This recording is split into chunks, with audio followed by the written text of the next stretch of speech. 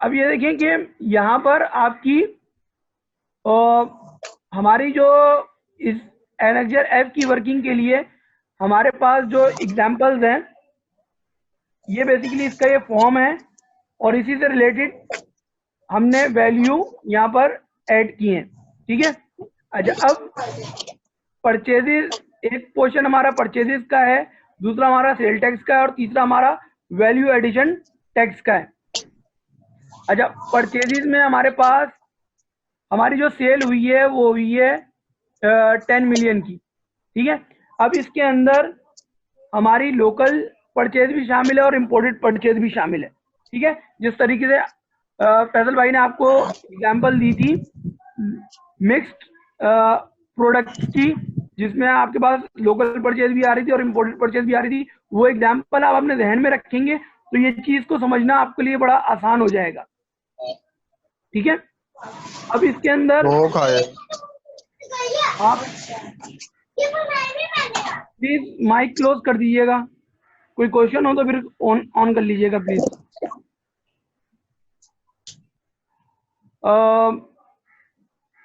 अब आपकी opening balance अगर आप देखेंगे तो ओपनिंग बैलेंस आपका लोकल परचेज में 5 मिलियन का था और इम्पोर्ट परचेज में हमारे पास 3.4 मिलियन का था। तो हमारी जो टोटल ओपनिंग थी वो थी 8.4 मिलियन की। इसी तरीके से हमारे पास परचेज और उसकी कंजम्पशन हमारे पास आ रही है। ठीक है।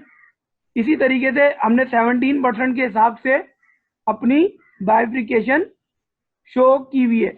अगर हमारे पास ये कंजम्पशन नहीं होगी तो हमें रिकंसाइल करने में, अब देखें अगर आपके पास एक अच्छे ईआरपी सिस्टम्स हैं तो वहां से तो ये तमाम चीज़ें आपको इजीली मिल जाएंगी। लेकिन अगर आपके पास, हमारे पास इधर बहुत सारी कंपनीज हैं, इंडिविजुअल्स हैं, एओपीज हैं जो कि इन चीज़ों को मेंटेन नहीं कर रहे होते। ठीक है ना। तो इसी तरीके से आपकी जो सेल टैक्स कंजम्पशन के ऊपर जो आपका सेल टैक्स आ रहा है, ताकि आपका आपकी ये परचेजेस, इसकी जो परचेजेस हैं और जो एनेक्जर ए में जो परचेजेस हैं वो सेम होनी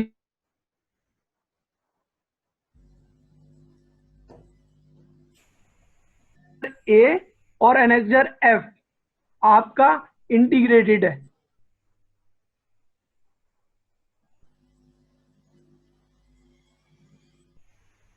तो पर आपने ऊपर की वर्किंग ए जो आपकी परचेजिंग की है उसके ऊपर रखते हुए आपने 17% आपने अप्लाई किया है, तो आपके पास सेल टैक्स की वैल्यू हमारे पास निकल के आ गई है। ठीक है। इसी तरीके से हमारे जो इंपोर्ट की परचेज है वो हमारे एनेक्जर बी से के साथ वर्किंग मैच होनी चाहिए। अगर इसके अंदर अगर वो मैच नहीं है तो डिस्क्रिपेंसीज आपकी आ सकती हैं। ठीक है। तो अगर किसी को एनेक्जर एफ से रिलेटेड या अब तक किसी चीज़ों से रिलेटेड कोई क्वेश्चन है तो बताइए।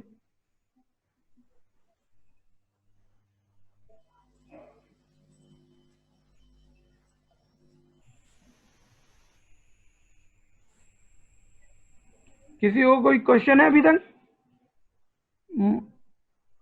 अनम्यूट करके माइक आप पूछ सकते हैं क्वेश्चन। सर ये जो है कंजम्पशन इसकी एनेक्जर एफ की, इसमें जितना कैरी फॉरवर्ड हमारे पास पड़ा होगा उतना ही जीएसटी लेके और उसके अगेंस्ट जितना ऊपर एक्स वैल्यू बनती है वो हमने एडजस्ट कर लेनी है। ऐसे ही है सर? दोबारा पूछिएगा, क्या कह रहे हैं?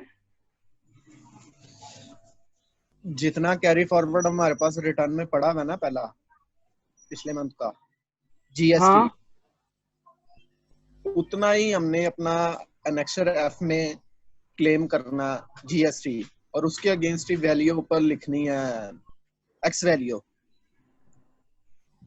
वो रिटर्न ओपनिंग फाइल में आ कर। जाएगी।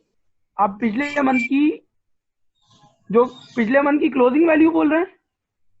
हाँ जी, हाँ जी। हाँ, तो वो इस मंथ की ओपनिंग में आ जाएगी ना। हाँ जी, इस मंथ की ओपनिंग आ जाएगी। ठीक है।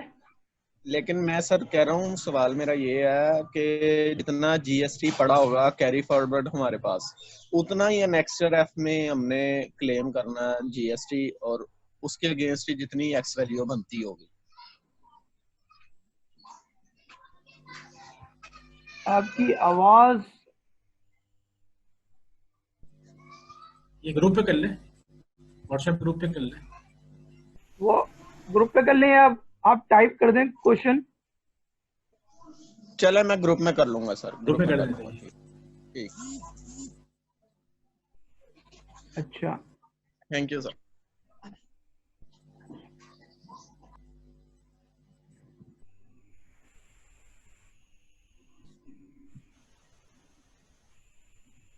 ये अभी अच्छा। नहीं था मेरे ख्याल में, नहीं है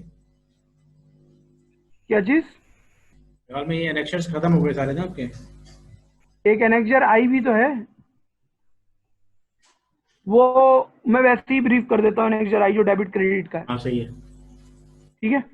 देखिए, एक एनेक्जर आई हमारे पास डेबिट क्रेडिट नोट का है, ठीक है। तो ये आपके सामने एक डेबिट नोट नजर आ रहा होगा आपको, आपके पास ना। तो बेसिकली अगर फैजल भाई ने कुछ कैटेगरीज आपको डेबिट क्रेडिट नोट के हवाले से रीजनिंग बताई थी कि अगर आपने रिटर्न कर दिया है आइटम कुछ, तो आपको उसको एडजस्ट करने पड़ते हैं, ठीक है। तो स्ट्राइप से पहले क्या था कि डेबिट नोट अगर आप करते थे तो वो ये भी चीज़ें प्रॉपरली एडजस्ट नहीं हो पाती थी। तो अब क्या है कि आप डेबिट नोट इंटर करते हैं और वहां पर सेलर को पता चल जाता है कि इस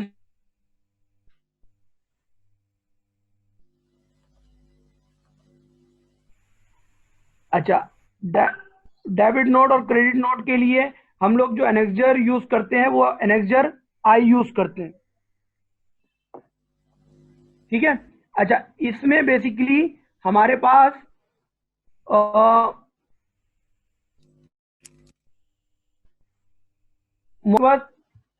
मेन मेन चीजें आपको, एक इनवॉइस नंबर जो आप जिस इनवॉइस से एडजस्ट करना चाह रहे हैं वो होनी चाहिए, क्योंकि वो पहले इनवॉइस डली होगी।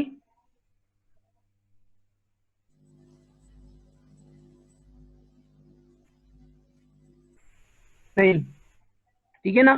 तो ये अहमद कंप्यूटर्स आपके पास, हेलो, आवाज आ रही है मेरी? थोड़ा मेरा नेट अनस्टेबल हो रहा है तो इस वजह से पूछ रहा हूँ। आवाज आ रही है? जी जी आ रही है सर। ओके गैलेक्सी, आपका प्रेजेंटेशन जो है कोशिश करेंगे कि आप लोगों को के साथ शेयर कर सकें। ये मैनेजमेंट से डिसाइड करके आपसे आपके साथ बात कर ली जाएगी, ठीक है। अच्छा, अब उसके बाद ये अमाउंट आपकी पूरी कितनी अमाउंट मैंने उसको रिटर्न की, ये तमाम चीज़ें हमारे पास आ गई। मेन तीन चीज़ें वहां पर होती हैं कि जब आप, जैसे कि 4501 जो कि एक ओरिजिनल इनवॉइस थी, ठीक है ना, उसके अगेंस्ट में डेबिट नोट बना है, डेबिट नोट नंबर मेरा 18 है, ठीक है ना। तो ओरिजिनल इनवॉइस की 3,08,100 है, उसके ऊपर सेल टैक्स मेरे पास 51,136 रुपए है, ठीक है। ये ऑटोमेटिकली जब मैं इनवॉइस नंबर 450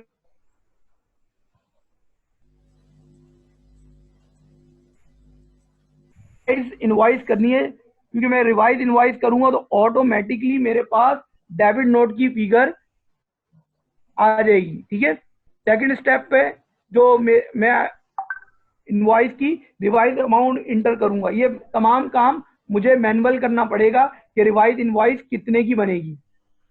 पहले मैं डेबिट इनवॉइस नोट की वैल्यू इंटर करूंगा, क्योंकि अगर आप इन दोनों को आप ऐड करें तो 135,000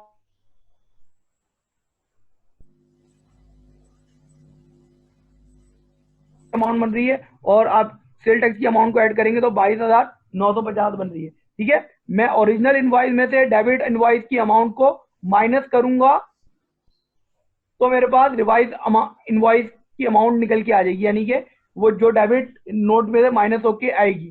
ठीक है, क्योंकि मुझे एनेक्सर में ओरिजिनल इनवॉइस और रिवाइज इनवॉइस लिखनी है, डेबिट इनकी इनवॉइस की अमाउंट नहीं लिखनी।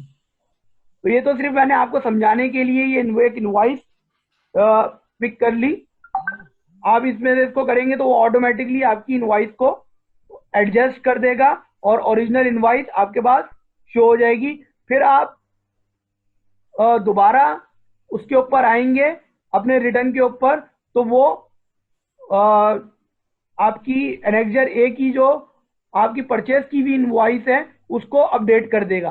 तो इसका मतलब क्या हुआ, अगर मैं इसको समराइज करूं तो एनेक्सर ए मेरा वो वाहिद एनेक्सर है जो कि हर एक के साथ कनेक्टेड है।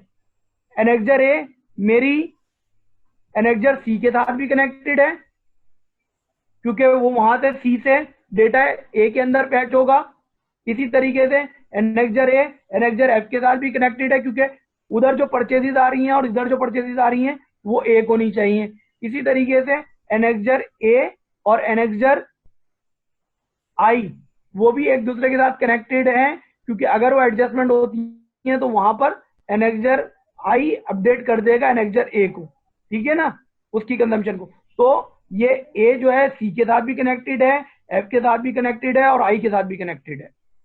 ठीक है, तो ये आपकी तमाम एनेक्सर्स आपके यहाँ पर कंप्लीट हुए।